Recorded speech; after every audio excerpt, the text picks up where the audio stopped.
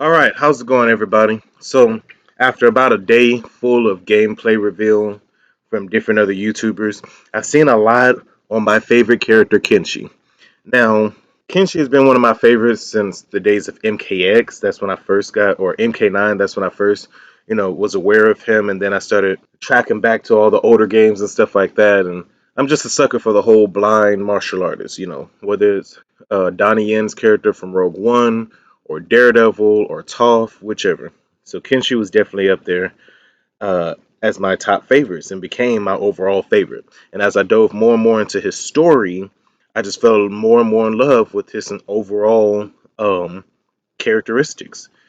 So, dissecting a lot of the dialogue from Mortal Kombat 1's gameplay, I was able to see a lot that give us insight on how his powers may work, his background, and his origins in this new timeline. So, first off, we see that Kenshi does not have the blade already. Instead, he is going against Johnny Cage to retrieve his blade. So it looks like Shang Tsung is not going to have anything to do with him coming across his blade and the whole original timeline where Shang Tsung brings him to find the blade and he opens up the well of his ancestors and he is blinded from all the spirits hitting his eyes. Doesn't look like that's going to be the case. Not saying Shang Tsung will have nothing to do with his origins, but does not look like he's going to have anything to do with his immediate origins. Also, he seems to not only have his eyes, but I don't think he's blind right now. At the beginning where he's with Johnny Cage anyway. See, it looks like he's looking directly at him versus usually like when he have his blindfold on, he doesn't even look in the direction of his opponent, but kind of looks away, looks down. He doesn't need to look in the direction of his opponent. If anything, he faces his ears to them. So it seems like at the beginning he's not blind. Now, obviously, later we do see him with the cloth wrapped around his eyes, indicating that he is blind. But at the very beginning, when he's talking to Johnny Cage, that's definitely not the case. It makes me wonder, is it the blade or using the blade period that makes you blind? And I say that because we know the blade is connected to his ancestors. And in one of these new intro dialogues, he's talking to Katana and he said, "Have you ever battled a blind swordsman?" And her response is, "You aren't the first Takahashi." Takahashi is his family's name. And that clearly was her answer to, "Have you ever battled a blind swordsman?" As in, yes, I battled your ancestors. So it looks like all of his ancestors have gone through the moment of being blind from using the sword. Remember, Adenians live for hundreds of years, so she definitely would know, and that basically confirms she's fought plenty of his older ancestors, or at least one. Also, while you're listening, go ahead and go down to the comments and tell me who your favorite character reveal was or your favorite character move reveal was so far. Of course, like I said, mine has been definitely Kenshi. And right behind that, Sub Zero. I wish we got some Scorpion gameplay, but in due time. Now, back to my question is it the sword that makes him blind? Or maybe he takes the sword, but he's still got to go through a journey, and maybe he'll still come across the well of souls from his ancestors and stuff like that. And maybe that's what will make him blind. We don't know. I do think a lot of things are going to be different, like they promised us. There's going to be a little bit of familiarity with what we know with these characters. The next thing, my boy got tattoos all over his hands and probably under his clothes, on his arms, chest, and stuff. We don't know, but we for sure see it over his hands, covering majority of his hands. Now, I'm not gonna pretend like I actually understand the culture of the Yakuza, but from the little I know, they usually like to dress nicely, like he's in a three-piece suit at the beginning, and they have colorful tattoos over their body because it is something a part of kind of like how they do things in their culture or whatever. I just know a little bit, but again, I'm not gonna pretend like I actually fully understand. So feel free to correct me in the comments. It could be something else entirely. It might not be Yakuza. It could be Black Dragon. See, in another dialogue, we see Liu Kang is giving a warning to Kenshi that the Black Dragon are corrupted. And whilst would he be giving him that warning unless Kenshi is kind of messing around with the Black Dragon? The Black Dragon is like a game, or it is one basically. See, the Black Dragon started from the Red Dragon, which had a lot more morals and had a code of honor system in place. And a few of their members didn't care about all that. So they broke apart and did Black Dragon, which they have little to no care of code and honor and all that. They just do what they want to do. So the Black Dragon could be a much worse, I guess you could say, almost gang like presence in the Mortal Kombat world than even the Yakuza. Because from my understanding, the Yakuza has honor. to amongst themselves. Now, later in the gameplay, we see that there is a change in his attire.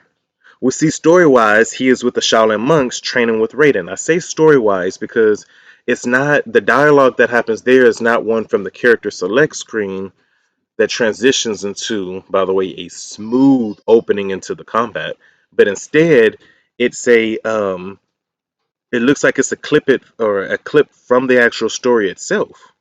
So I think my boy is about to be versatile in many forms of martial arts. Now, he could either just be learning on his own, or more than likely, what's happening is this is the training ground that Liu Kang has chosen for his quote unquote champions. As he says also in the trailer, I'm going around, collecting my champions.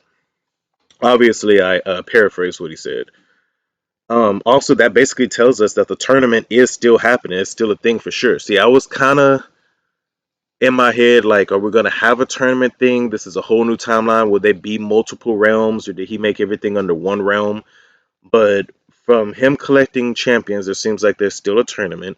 And also, there's a line where Katana calls Kenshi an Earth Realmer, indicating obviously he is from a realm of Earth and that she is not from that same realm. So Adenia, I guess, still exists. Earth Realm still exists. And I know some of y'all might be like, well, duh. But I mean, now we do have to look at this like everything is up for change. So I honestly was like, I wouldn't be surprised if everything was just one realm. And also, there's a line between Katana and Liu Kang where she says something along the lines of the battle of the realms, whatever she says. She mentions all the realms kind of. Now, the last outfit that we see him in is a black and red warrior outfit, giving a lot of homage to his OG suits and costumes from MKX, MK9 and the past 3D era games. And that was pretty cool. If you look at his three-piece Black Dragon or Yakuza suit, if you will, it was black and red as well, and that was pretty cool. And when we see him in this new warrior outfit, he is now blind with the eye wrap around his head. So that brings me back again to that question of, is it the blade that makes him blind? At first he did not have the blade. He goes to Johnny Cage to retrieve the blade. And then I also wonder if he even had his telekinesis, or did the blade give him his telekinesis? In the OG timeline with MKX, he tells Takeda, his son, that telekinesis runs in their blood.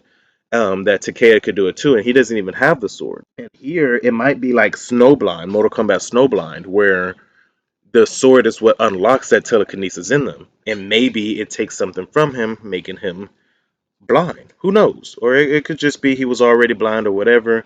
Maybe in the trailer we just don't see it yet, but he is going to snatch the sword off the wall and fight him. I know at first we see him with a different sword, and he points at the sword on the wall and says, I need that. But instead of him just snatching it off the wall with his telekinesis, he decides to fight him. So that's why I wonder, does he have it prior the sword, or does he need it to unlock that? Now, there's another dialogue between Liu Kang and Kenshi right before they start fighting, and Kenshi says, your fight in the underworld is causing unnecessary deaths. Um, that's pretty cool. So, for one, could Kenshi have a deeper connection in the Netherrealm?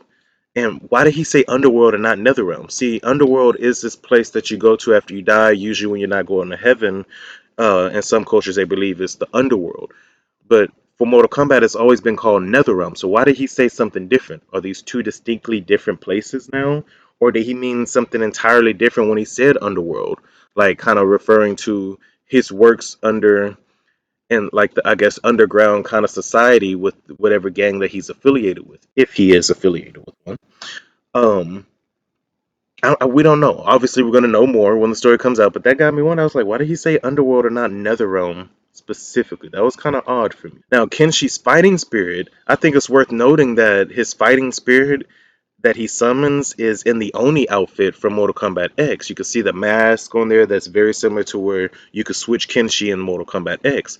And remember, Oni is the Japanese word for demon. And I think that that spirit that he summons is kind of demonic because it's definitely demented. In the fatality that we have, where Kenshi performs, where he has a blade spin down the throat, and it's pretty jacked up. But you hear the spirit laughing right before it comes on the screen and chops the body in half.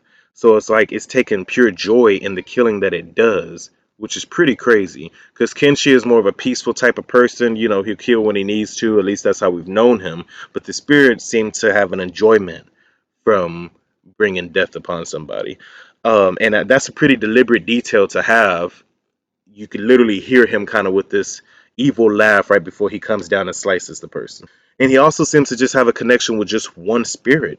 I think in the last games, you see different kind of spirits pop up when he's using his powers, but you only see this one person right now. So maybe that's something with that. Maybe he only has a connection to the immediate ancestor before him, or maybe it's this specific spirit. I have no idea. I'm not going to act like I know, but I'm just pointing out the details because it all seems like it's unveiling a very interesting and new dynamic when it comes to Kenshi, and I'm loving all of it. So yeah, man, I'm eager to see what more we find out about his storyline, what his connection, if any, is going to be with Shang Tsung, his connection with his blade, and how that works with his family bloodline. I think we're going to get a lot more revealed about Kenshi than ever before, especially with them showing him so early and him being one of the first four characters. I think he's going to have a direct connection to the main story, and that's going to be very interesting to see.